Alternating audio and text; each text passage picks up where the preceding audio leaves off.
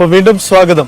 മടങ്ങിയെത്തുമ്പോൾ നമ്മൾ പോകുന്നത് വളരെ പ്രധാനപ്പെട്ട ഒരു ഇടത്തേക്കാണ്, പത്രവാർത്തകൾ. അതെ അതെ, പത്രം എങ്ങനെയാണ് പത്രങ്ങൾ ഇന്നലത്തെ സംഭവങ്ങളെയൊക്കെ അഡ്രസ്സ് ചെയ്തിരിക്കുന്നത്, പുതിയ എക്സ്ക്ലൂസീവുകൾ പത്രങ്ങളിൽ വന്നിട്ടുണ്ടോ, ഇതെല്ലാം കണ്ടറിയേണ്ടതുണ്ട്. വിവാദ ചൂടിലാണ് സംസ്ഥാനം, അതുകൊണ്ട് തന്നെ പത്രവാർത്ത പ്രധാനപ്പെട്ടതാണ്. രഞ്ജിത്ത് രാമേന്ദ്രൻ.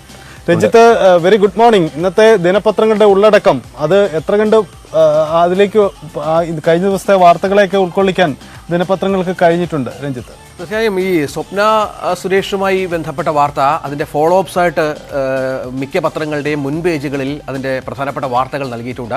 മറ്റ് എക്സ്ക്ലൂസീവായിട്ടുള്ള വാർത്തകൾ നൽകിയ പത്രങ്ങളുണ്ട്. ഈ കേരളകൗമുദിയൊക്കെ അതിൻ്റെ മുൻ പേജുകളിൽ ഇത്തരം വാർത്തകൾക്ക് പ്രാധാന്യം കുറച്ചുകൊണ്ട് അവരുടെ എക്സ്ക്ലൂസീവ് വാർത്തകൾ മാത്രം ഉൾക്കൊള്ളിച്ച് നല്ല ചിത്രങ്ങളടക്കം ഉൾക്കൊള്ളിച്ചുള്ള വാർത്തകൾ നൽകിയിട്ടുണ്ട്. അങ്ങനെ ഒരുപാട് വാർത്തകൾ പത്രങ്ങളിൽ വിശദമായി തന്നെയുണ്ട്. വിഭവസമൃദ്ധമാണ് നമ്മുടെ ഇന്നത്തെ പത്രങ്ങളുടെ എഡിഷനുകളെല്ലാം. നമുക്ക് പത്രവിശേഷത്തിലേക്ക്, പത്രം 18ലേക്ക് പോകാം.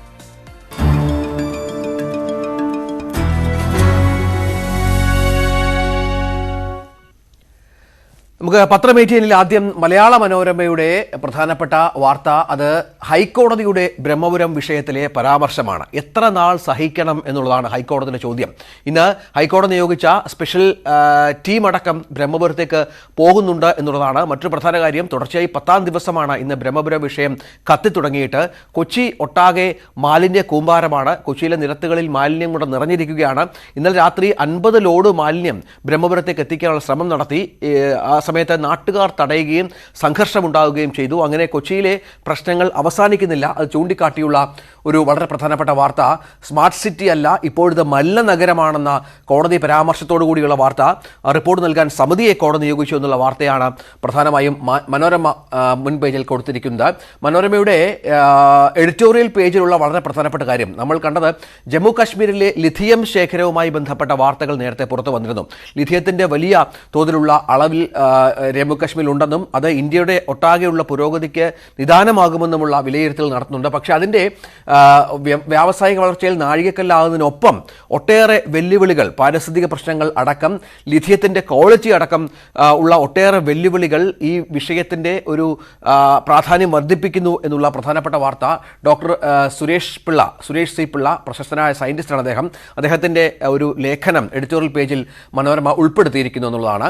മറ്റൊന്ന്, ഇറാൻ സൗദി ബന്ധം പുനഃസ്ഥാപിക്കാനായി ചൈന കുറച്ചു നാളായി മുൻകൈ എടുക്കുന്നുണ്ട്. അത് ഫലപ്രാപ്തിയിലെത്തിയിരിക്കുന്നു എന്നുള്ളതാണ് പ്രധാനപ്പെട്ട ഒരു വിദേശ വാർത്തയായി, ഇന്റർനാഷണൽ ന്യൂസായി മനോരമ നൽകിയിരിക്കുന്നത്.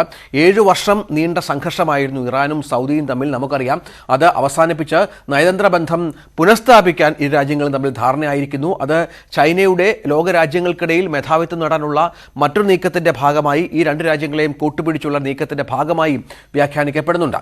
മാതൃഭൂമിയിലേക്ക് പോയാൽ സഹകരണ സംഘങ്ങളുമായി ബന്ധപ്പെട്ട വാർത്ത കഴിഞ്ഞ കുറേ നാളായി വരുന്നുണ്ട്. അവിടെ കേന്ദ്ര ഇടപെടൽ ഉണ്ടാകുന്നു. ഈ കേന്ദ്ര ഇടപെടൽ കടുപ്പിക്കുന്നതിൻ്റെ ഭാഗമായി കേന്ദ്രം നേരിട്ട് സഹകരണ സംഘങ്ങൾ, അതായത് കേന്ദ്ര സഹകരണ മന്ത്രാലയം സ്ഥാപിക്കുന്ന ഡേറ്റാ സെൻറ്ററിലേക്ക് സംസ്ഥാന സഹകരണ സംഘങ്ങളിൽ നിന്ന് നേരിട്ട് വിവരം ശേഖരിക്കാൻ തുടങ്ങി എന്നുള്ളതാണ്. അതായത് സഹകരണ സംഘങ്ങളിൽ, സഹകരണ ബാങ്കുകളിൽ കേന്ദ്രം പിടിമുറുക്കുന്നു എന്നുള്ളതാണ് പ്രധാനപ്പെട്ട വിവരം. ഈ വിഷയത്തെ നിയമപരമായും രാഷ്ട്രീയമായും നേരിടും എന്നുള്ള മന്ത്രി VN വാസവൻ്റെ കഴിഞ്ഞ ദിവസം നിയമസഭയിലെ പരാമർശവും കോട്ട് ചെയ്തുകൊണ്ടാണ് ആ വാർത്ത മാതൃഭൂമി പ്രസിദ്ധീകരിച്ചിരിക്കുന്നത്. മറ്റൊന്ന്, ആജീവനാന്തം ഷീ എന്ന വാർത്ത അവരുടെ വിദേശ വാർത്തകൾ നൽകുന്ന പേജിലുണ്ട്. പ്രസിഡന്റ് സ്ഥാനത്തേക്ക് 3ാം തവണയും തൻ്റെ പേര് പാർലമെന്റ് അംഗീകരിച്ചപ്പോൾ കൈ ഉയർത്തി അഭിവാദ്യം ചെയ്യുന്ന ഷീ ജിങ് പിങ്ങിൻ്റെ ഫോട്ടോ അടക്കം. ഷീ ജിങ് പിങ് മാവോ 2.0 എന്നുള്ള പേരിലാണ് അദ്ദേഹത്തെ മാതൃഭൂമി വിശേഷിപ്പിച്ചിരിക്കുന്നത്. അങ്ങനെ ഉദാര നയങ്ങളുടെ പേരിൽ മാവോ സേത്തിങ്ങുമായി ബന്ധപ്പെട്ട അതിൻ്റെ ഒരു വിശകലനമൊക്കെ ഈ തരത്തിൽ മാതൃഭൂമി നൽകിയിട്ടുണ്ട്. 3ാം തവണ എത്തിയിരിക്കുന്ന ഷീയുടെ വാർത്ത പ്രാധാന്യത്തോടുകൂടി നൽകിയിരിക്കുന്നു. കേരള കൗമുദിയിലേക്ക് പോയാൽ, ഞാൻ ആദ്യം പറഞ്ഞതുപോലെ കേരള കൗമുദി എപ്പോഴും അവരുടെ മുൻപേജിൽ ഒരു എക്സ്ക്ലൂസീവ് വാർത്ത, അവരുടെ മാത്രം ഒരു വാർത്ത ഉണ്ടായിരിക്കും. ഇത് തൃശ്ശൂരിലെ ശവക്കോട്ട എന്ന പ്രദേശം അത് പൂങ്കാവനമാക്കിയിരിക്കുന്നു. കൊച്ചിയിലെ മാലിന്യ പ്രശ്നം നമുക്കറിയാം. നിരവധി മാലിന്യ വിഷയങ്ങൾ നമ്മുടെ സംസ്ഥാനത്തുടനീളമുണ്ട്. ഇതിനിടയിലാണ് ഈ കൊച്ചിയിലെ ഗുരുവായൂർ നഗരസഭയിൽ ദുർഗന്ധം പരത്തി പുകഞ്ഞിരുന്ന മാലിന്യമലയായിരുന്നു ഇത്തരത്തിൽ ശവക്കോട്ട എന്ന് പറയുന്നത്. ഇവിടെ മാലിന്യമലയ്ക്ക് പകരം പൂച്ചെടികളും അലങ്കാര ചെടികളും ദീപാലങ്കാരവുമുള്ള പാർക്കടക്കം നിർമ്മിച്ച്, കുട്ടികൾക്കുള്ള പാർക്കടക്കം നിർമ്മിച്ച് അത് ഒരു വിശ്രമ കേന്ദ്രമാക്കി മാറ്റിയിരിക്കുന്നു എന്നുള്ളതാണ്. ഇങ്ങനെയും ചില മാതൃകകൾ നമ്മുടെ സംസ്ഥാനത്തുണ്ട് എന്ന് ചൂണ്ടിക്കാട്ടുകയാണ് ഈ വാർത്തയിലൂടെ മാതൃഭൂമി. ക്ഷമിക്കണം, ഇത് കേരള കൗമുദിയിലെ മറ്റൊരു വാർത്ത ഈ മദ്യനയ കേസ് ദില്ലിയെ പുകയ്ക്കുന്ന ഒരു വാർത്തയാണ്. അവിടെ ഇന്ന് മനീഷ് സിസോദിയ അറസ്റ്റിലാണ്. EDയുടെ ചോദ്യം ചെയ്യൽ തുടരുകയാണ്. ഇന്ന് KCRന്റെ മകൾ കവിതയുമായി ഒന്നിച്ചിരുത്തി സിസോദിയെ ചോദ്യം ചെയ്യും എന്നുള്ള വളരെ പ്രധാനപ്പെട്ട വാർത്ത കേരള കൗമുദി നൽകിയിട്ടുണ്ട്. 7 ദിവസം സിസോദിയ കസ്റ്റഡിയിലാണ്. അതേസമയം KCRന്റെ ആഹ്വാനം അല്പസമയം മുമ്പ് വന്നിരുന്നു. ഒരുപക്ഷെ കവിതയെ അറസ്റ്റ് ചെയ്തേക്കാം, അങ്ങനെയാണെങ്കിൽ പ്രതിഷേധിക്കാൻ പ്രവർത്തകർ ദില്ലിയിലേക്ക് പോകണം എന്നുള്ള പ്രധാനപ്പെട്ട വാർത്ത KCRന്റെ ഭാഗത്ത് നിന്ന് വന്നിട്ടുണ്ട്. ദേശാഭിമാനിൽ അതേസമയം മുൻ പേജിലെ പ്രധാനപ്പെട്ട വാർത്ത ത്രിപുരയിലെ തീക്കളി എന്നുള്ളതാണ്. ഇന്നലെ ത്രിപുരയിൽ എത്തിയ നമ്മുടെ എളമരം കരീം MP അടക്കമുള്ള നേതാക്കൾക്ക് നേരെ ആക്രമണമുണ്ടായി എന്ന വാർത്ത, അത് ദേശീയ തലത്തിൽ വലിയ വാർത്തയായില്ല. പക്ഷേ കേരളത്തിൽ ഈ പത്രങ്ങളിൽ എനിക്ക് തോന്നുന്നു ദേശാഭിമാനി മാത്രമാണ് ആ വാർത്തയ്ക്ക് പ്രാധാന്യം നൽകിയിരിക്കുന്നത്. ഏതാണ്ട് 300ഓളം സ്ഥലങ്ങളിൽ ഇത്തരം ആക്രമണങ്ങൾ ഉണ്ടായി എന്നുള്ളതാണ്. അത് ദേശാഭിമാനി തങ്ങളുടെ പോളിസിയുടെ ഭാഗമായി മുൻപേജിൽ തന്നെ ആ വാർത്ത നൽകിയിട്ടുണ്ട് എന്നുള്ളതാണ്. മംഗളത്തിൽ ചൂട് നമുക്ക് അവഗണിക്കാനാവാത്ത ഒരു വാർത്തയാണ്. ഈ സംസ്ഥാനത്ത് ഏറ്റവും ഉയർന്ന ചൂട് കോട്ടയത്താണ്.